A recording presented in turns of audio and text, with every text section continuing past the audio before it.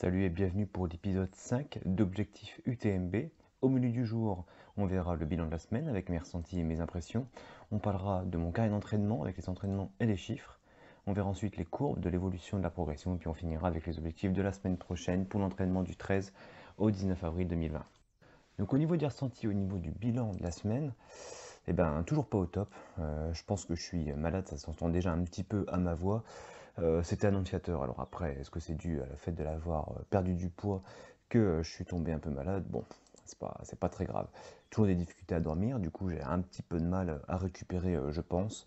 Mais malgré tout, j'arrive quand même à m'entraîner. C'est ça qui est un petit peu étrange avec ça, c'est que j'ai juste légèrement la gorge enrouée, mais sinon après derrière, ça tient quand même. Chose aussi on en parle rarement quand même, mais grosse semaine de travail, ce qui fait que ça influence quand même fortement la forme, hein, parce que c'était un peu de stress, j'ai travaillé un petit peu plus, donc du coup pareil j'ai un peu moins dormi, donc ça m'a fortement influencé ma semaine d'entraînement, et bon, de toute façon dans tous les cas j'avais ralenti la cadence, et c'est pas plus mal, et je pense que c'est ce que je ferai pour la semaine prochaine, je vais ralentir un peu le rythme. Au niveau des entraînements, donc comme ce qui était prévu, j'y suis allé 3 fois. Donc bon, rien de spécial, hein, je suis juste couru 3 fois 45 minutes. J'ai ralenti un tout petit peu la cadence, mais on voit que c'est pas encore trop. Je pense qu'à mon avis, sur les semaines d'après, je vais vraiment fortement ralentir l'allure de l'endurance fondamentale, parce que là pour moi c'est encore un petit peu trop élevé. Je pense que je me surestime au niveau de ma forme en ce moment, donc faut que je ralentisse un petit peu. Comme tu peux voir aussi, ça a changé d'interface, que je suis passé sur Strava pour regarder un petit peu comment ça fonctionnait. Donc je pense que je vais traîner un petit peu sur le site, je ne connaissais pas.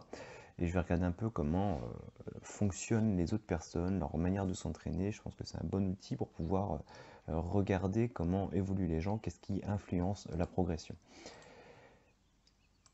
Au niveau des chiffres, donc on voit que ça a quand même fortement diminué, hein, donc c'est tout à fait normal, hein. Le but c'était de ralentir la cadence, comme je l'ai dit, et de ralentir et de décharger vraiment l'entraînement et la charge d'entraînement, surtout le volume.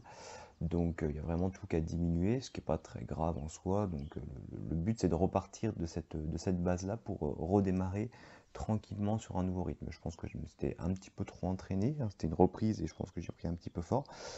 Et donc du coup je suis tombé malade aussi en même temps, donc on va y aller tranquillou.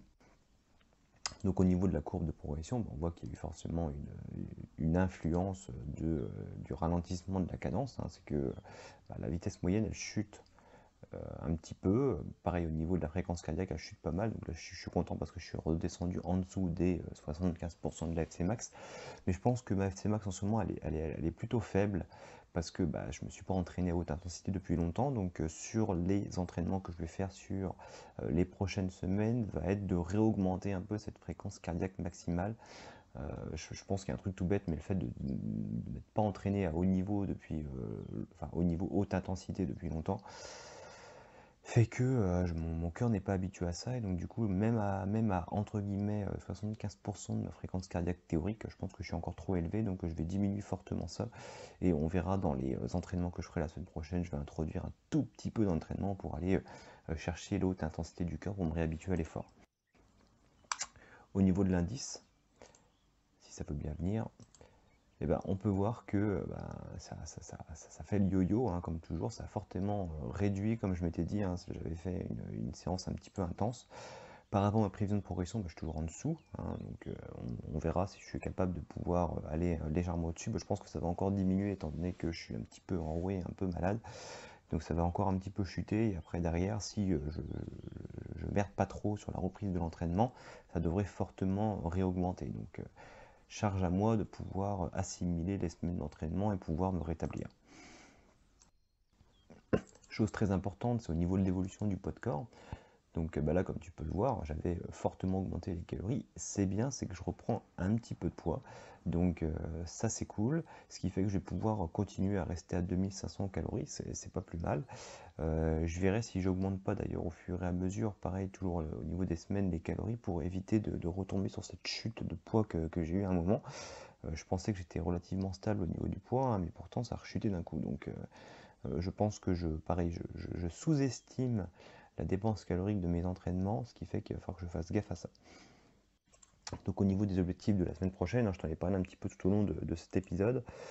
Donc bah, déjà je vais repasser à 195 minutes de course à pied, donc je vais passer à 4 séances, parce que derrière moi je peux pas augmenter mes sorties de plus d'1 heure avec le confinement, donc je vais passer à 4 séances par semaine.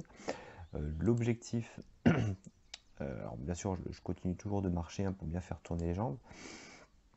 L'objectif, donc, du coup, c'est vraiment de baisser en intensité les séances d'endurance fondamentale. C'est-à-dire que comme là, je vais augmenter quand même le volume horaire, le, le but est de reprendre par rapport à l'épisode 4. C'est-à-dire que je fais 21 km. Le but, c'est d'augmenter le nombre de kilomètres par rapport à ces 21 là. C'est-à-dire que je ne vais pas retourner à 29, je vais redémarrer de 21, ce qui fait que je vais réduire très fortement mon allure d'endurance fondamentale pour aller chercher les 65% d'FC max en endurance. Et je vais rester comme ça tranquillement pendant un temps. Pareil, je vais augmenter encore un tout petit peu les calories, vu que là, je vais réaugmenter le volume d'entraînement. Je vais pas faire l'erreur que j'ai fait la dernière fois. Je vais augmenter les calories. Et je vais démarrer du coup un cycle de 12 semaines où je vais augmenter de 2 km par semaine ce volume-là. Comme je t'ai dit, hein, je vais repasser, je pense, à 23. La semaine prochaine, on verra 23, 24, 25, quelque chose comme ça. Et le but, c'est d'aller chercher tranquillement les 50 km dans 3 mois, mais toujours à une allure très très faible. Ce que je vais faire, comme je te l'ai dit, il faut que je me réhabitue à faire monter le cœur assez haut, parce que je pense que là, il faut que je le dépoussière à cet endroit-là. Je suis quelqu'un qui est extrêmement nerveux de base, et je sais que j'apprécie énormément les séances à haute intensité. On verra sur le marathon que j'ai fait en 2018. Je l'ai préparé en faisant exclusivement du futsal. Et pour ceux qui ne savent pas, le futsal, c'est juste du 30-30, mais pendant 1 heure. Et ça, j'adore ce genre de séance-là, et j'avais des progrès extraordinaires, parce que mon corps il est habitué à ça. Il aime bien monter à haute intensité. Je suis plutôt quelqu'un de très intense et de nerveux et d'explosif plutôt qu'endurant. Ce qui fait que moi ça me convient plus. Et là, à mon avis, je manque de ce genre d'entraînement. Donc il va falloir que je reprenne un petit peu. Mes séances d'endurance fondamentale, j'essaie de ne pas aller au-dessus de 70%. Je vais rester à 65 si possible. Hein. Donc pour moi, ça va être très lent. Là je vais sûrement être aux alentours des 7,30 au kilomètre. C'est pas grave, on va mettre l'ego de côté. Le but, c'est de pouvoir augmenter. Le plus important, ça va être ça, d'augmenter le volume kilométrique. C'est pas grave, hein. De toute façon, le cœur, il travaille énormément à 65%. Donc, c'est pas grave. La seule chose, c'est que psychologiquement, il faut que je me dise, c'est pas grave si je suis pas essoufflé. C'est très très bien, mais au contraire, l'objectif de ne pas être essoufflé, d'avoir du volume kilométrique. Hein. Ça va être ça mes gros intérêts pour la semaine. Donc j'en ai fini pour l'épisode numéro 5. Déjà, j'espère que tu as apprécié l'épisode. Je te pose une petite question comme je fais traditionnellement. Est-ce que tu utilises Strava? J'ai vu qu'ils avaient aussi un logiciel qui s'appelle Strava Summit, hein, donc anciennement Strava Premium. J'ai pas vu trop d'informations sur Strava Summit. Qu'est-ce que tu en penses? Parce qu'apparemment il y a des calculs d'indices, il y a des mesures qui sont faites. Est-ce qu'elles sont pertinentes ou pas? Donc bon, personnellement je pense pas que j'en ai trop besoin, parce que j'ai l'impression que l'indice que je calcule moi-même me permet de calculer quand même ma forme du moment. Je pense qu'il y a quelque chose qui doit être relatif à ça. Donc on voit bien que j'arrive à prédire le fait que ça chute, étant donné que je suis malade, donc on voit bien qu'il y a quelque chose qui ne va pas. Donc voilà, Strava Summit, comme je suis quelqu'un qui adore les chiffres, je me dis ça peut être pas mal, donc je préfère avoir des avis, je vais continuer à faire des recherches, je verrai hein, si je le mets. Je te remercie une nouvelle fois de m'avoir écouté, je te dis à la semaine prochaine. Salut.